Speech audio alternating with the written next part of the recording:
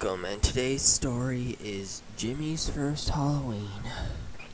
Jimmy was a young lad, smart, 8 years old, and paranoid. You see, Jimmy never experienced Halloween. He would eat the leftover candy that his parents gave out. One day, Jimmy and his friend Leo were planning to go trick-or-treating. During his free time in math class, Leo explained all about Halloween. The candy, looking at costumes, thinking about if they wanted to be that guy next year, and especially the rumors, the ghosts, Old Man Jenkins, the graveyard, just to name a few, which freaked Jimmy out. "Don't worry, Jim," Leo said. "They're myths, legends, old wives' tales." Jimmy looked concerned. "What about Old Man Jenkins?" Jimmy asked. "He's just a farmer with an anger problem. He's actually a nice man," said Leo. So tonight was the night of Jimmy's first Halloween. A windy night. It was that Halloween of '04. Jimmy as Spider-Man, Leo as a ninja. The parents were gonna talk, drink, and converse. Earl, Jimmy's older brother, about 14, took out to trick-or-treat to tell the boys of a big Halloween rumor. 66 6th Street. 6th Street was a hoodlum area, which held a Halloween rumor that all kids would talk about every Halloween. House number 66. It was an old house made in 1750. It was abandoned in 1883 because of paranormal activity. 221 years later, here it lies, Earl said. More paranormal activity than back then. "Wanna go in?"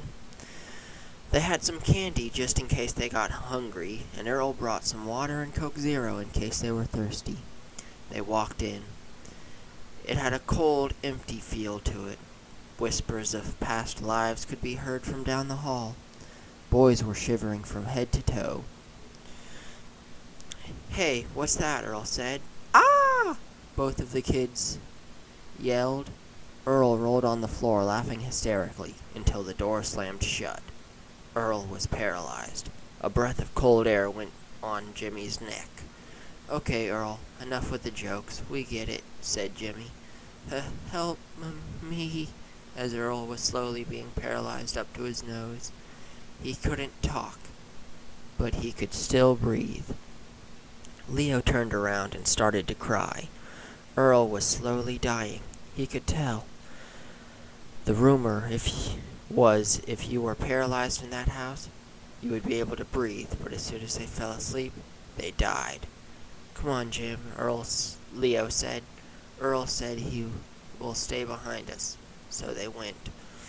They took some candy and some soda and left the rest for Earl, not knowing that 42% was about to get wasted. They turned to left hall.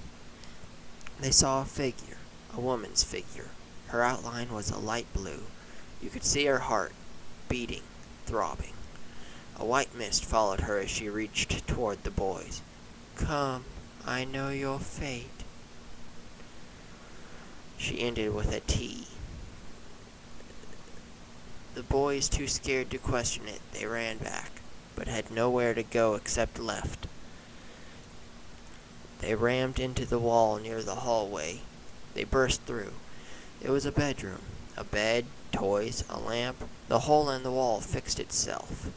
All of a sudden, the lamp turned on. The lamp had all sorts of shapes, like a horse, stars, circles, and other things. Then a slowly decaying body of a girl around Jimmy's age rose out of the bed. "Play with me." "Oh." Again ending with another letter. "But why?" "Trying to escape?" Jimmy and Leo opened the door. The woman, she stares into their eyes. "G." Then she vanished. G? What did she mean? They noticed the girl getting closer to them. They shut the door. They heard a clunk and ran off. They entered the nearest door away from the girl, around the middle. They rested, hoped not to get killed. They had some candy and soda. Jimmy started to cry. He knew Earl was dead. He gets tired easily.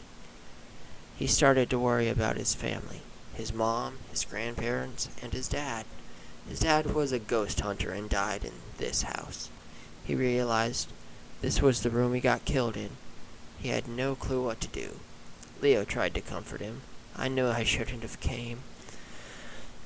I hate Halloween. You, said Jimmy said. What did I do? Leo asked. You tricked into going to Halloween, Jimmy replied. Yeah, but I never wanted to come here either. I knew the rumors. I didn't want to come. Leo started to burst tears. Don't cry, little boy, a voice whispered. Have a lollipop. A lollipop was passed down a dark shadow. A lollipop was passed down a dark shadow to Jimmy. We know your father, said the whisper. He was a very nice man. Don't eat the lollipop, said Leo. Why? Asked Jimmy. Just don't, okay? Leo said. Okay, Jimmy said. He looked at the wrapper. E. It said E. H, the whisper said as Leo started to bleed. What's wrong? Jimmy asked. All of a sudden the whisper turned into a very demonic scream. Die, mortals! E was written with blood on Leo. R was written in blood on Jimmy. The next day the newscast was there to do a show. The parents of the victims paid to make them leave. But in Earl's, Leo's, and Jimmy's honor, wind chimes were made.